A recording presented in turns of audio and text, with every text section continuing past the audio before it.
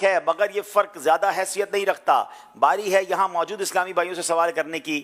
سید صاحب شفیق بھائی سوال کریں اور تحفہ بھی دیجئے. جی کون کون جواب دے گا؟ ماشاءاللہ. چلیں ماشاءاللہ. سوال یہ ہے کہ جنت میں کسی کی کنیت نہیں ہوگی مگر وہ کون ہے جن کو کنیت کے ساتھ پکارا جائے گا؟ سبحان اللہ. اور ان کی کنیت بھی بتائیں. اتنے سارے ہاتھ اٹھے ہیں، حالانکہ سوال تو آسان نہیں ہے، لگتا ہے پہلے کہیں ہوا ہے. السلام علیکم ورحمۃ اللہ وبرکاتہ. وعلیکم السلام ورحمۃ اللہ وبرکاتہ. جنت میں حضرت آدم علیہ السلام کی کنیت سے پکارا جائے گا اور ان کی کنیت ابو محمد ہوگی. کیا بات ہے، ان کا جواب بالکل درست ہے. بآواز بلند کیا کہیں گے؟ سبحان اللہ. جواب آپ نے کہاں سے سیکھا ہے؟ ویسے انٹرسٹنگ ہے.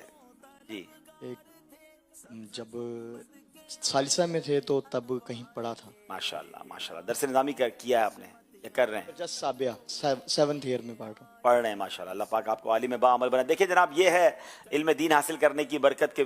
شاید بہت ساروں کو اس کا جواب نہ پتا ہو، انہوں نے تیسرے درجے میں اس کو پڑھ لیا تھا. تحفہ دیجئے جناب. اور ان کو انشاءاللہ عز و جل پریشانیوں کا بہترین علاج، جی ہاں، جس کا نام ایک رسالہ دے رہے ہیں جس کا نام ہے توکل، اللہ پر بھروسہ. یہ آپ ضرور یہ آپ لیں. اور مدنی چینل کے ناظرین، آپ اس کو گھر بیٹھے ڈاؤن لوڈ بھی کر سکتے ہیں اور مکتبۃ المدینہ سے اس کو طلب بھی کر سکتے ہیں. جی ایک اور سوال کریں. اچھا جی، یہ بتائیے کہ حدیث مبارکہ میں سب سے پہلے جنت کے دروازے پر کون دستک دے گا؟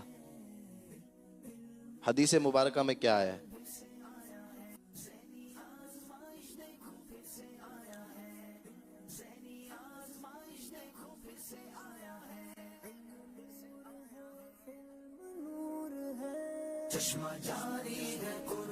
السلام علیکم ورحمۃ اللہ وعلیکم وبرکاتہ. السلام ورحمۃ اللہ وبرکاتہ. سب سے پہلے پیارے آقا صلی اللہ علیہ وآلہ وسلم دستک دیں گے. جی ماشاءاللہ، ان کا جواب بالکل درست ہے. اور ان کو انشاءاللہ عز و جل سوغات مدینہ بھی تحفے میں دی جائے گی اور عطر شریف بھی تحفے میں دی جائے گی. ماشاءاللہ. چلیں جناب، چلتے ہیں ہمارے اسکور بورڈ کی طرف، دیکھتے ہیں اسکور بورڈ ہمیں کیا بتا رہا ہے. لے کے آئی ہے قسمت یہاں تک تمہیں، لے کے 8 نمبر ہیں اسلام آباد کے، 9 نمبر ہیں ڈیرہ اللہ یار کے. اگلے